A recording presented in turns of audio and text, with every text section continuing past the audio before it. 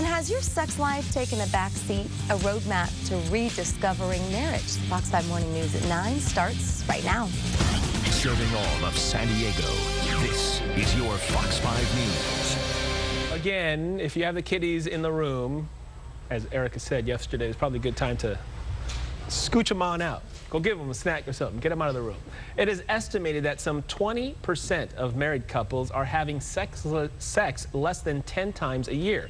Dr. Rose Hartzell of San Diego Sexual Medicine at Alvarado Hospital is here now with ways to reinvigorate, if you will, a sexless marriage. Dr. Rose, good morning. Good morning. Bet you a lot of people are listening to this morning. I hope so. So we have some talking points here. I'm just going to read the talking points and then you give us your expertise on this, okay? So here we go. Number one. Discuss the impact, basically having children on couples' sexual relationship. What changes when you have a kid? Well, I was working with one sex therapist early in my career, and she used to describe each child as a bomb on the relationship. And although that's an extreme metaphor, I think it does have a lot to say. They can be blessings on a relationship, but in terms of your sex life, they can often create a lot of decrease in the amount of sex that you're having. Okay, this one kind of was very interesting to me. Pregnancy and parenting of small children changes women's experience of touch. What is that? Explain that to me. When you think about it, when you first meet your partner, you're longing to be with them, you're wanting to touch them. When you have a child, that child is a very big physical investment on the woman. They're literally feeding from the woman. I know Chrissy and Shelly could agree that there's a lot of touch going on. And at the end of the day, a woman often wants to be by herself and have a little space. And so touching her partner could be the last thing she wants. Solutions to this? A great thing that husbands can do is to take the child away, either feed them with a bottle or cuddle them, or give the wife some space to get into her own body again. Okay, so another question is the result of if sexual encounters are routine and very brief in a relationship, it's almost like you're doing it because you feel like you have to, and you're checking it off of a list of chores to do around the house because you're married, you have kids, and this is just another thing on your checklist. Correct. You want your sexual encounters to be pleasurable, and if they're routine and boring, they could not be something you want to keep doing. So one thing that I like to tell couples is to what I call make love all day. So that could be. What does that mean? Well, you don't want to just have sex and that's your physical affection time, and then never have physical affection outside of the sex part. So during the day, when you get home from work, give your wife a kiss, give her a little pat on the butt, let her know that you care, flirt with her, take the children once in a while. Another thing that is often important is fantasy. And I was just thinking in terms of you and your wife. I'm sure the viewers probably think the same thing. You look a little like Superman, maybe without the glasses. Where is this going, Dr. Rose?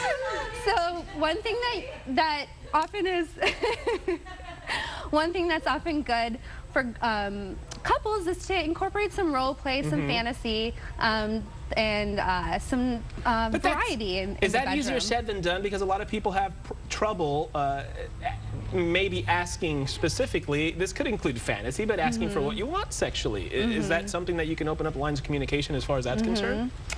You don't know if you don't ask. Okay. So, and if it's too difficult to ask, sometimes it's good to see a sex therapist.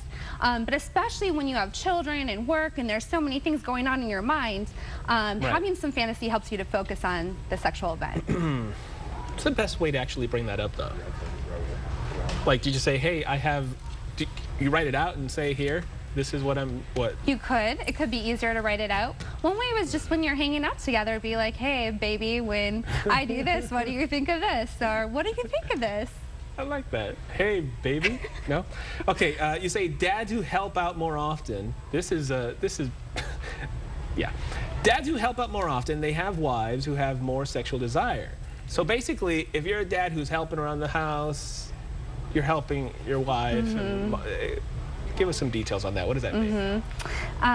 If you are taking the child, helping with the chores, which I know that you do, that gives the woman a little more space to do what she needs to do for herself, be that workout, take a nap. And those wives are often more willing to thank that behavior in the bedroom if they feel like they've had some space for themselves and some help in the house. Okay, now, okay. You say, I agree with this one. Forgo social night with other people for a really good sex night with one another. It's uncommon that you can have both in the same night. Right. It's good to take some time, you know, at least 2 hours for you to connect physically, emotionally, and make that experience your night, not... Right. And it's important, I think, you take your calendar and you mark a couple of weekends on the calendar where basically this is your time. Don't go out with your friends. Don't go out with anybody else. No chores. It's only you. No phone calls. No paying bills. Right. Get somebody to babysit. Get the grandparents in there and have a date night. Have a couple hours for yourself. Maybe go out for a night. And if you can't afford to get the babysitter, go put the kids to bed early. Dedicate that time in the evening for the two of you. You need that couple time. You can't let that go away. It's so important. Man, I just had a date night last Friday.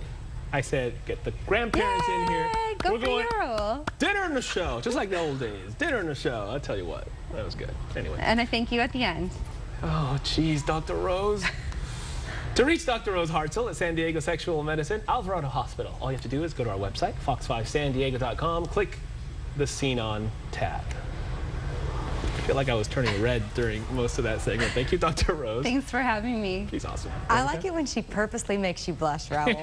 Because it's so Even easy. through all this makeup, she's making me blush. It's so easy to do. It is it? It is. All right, thank you for that.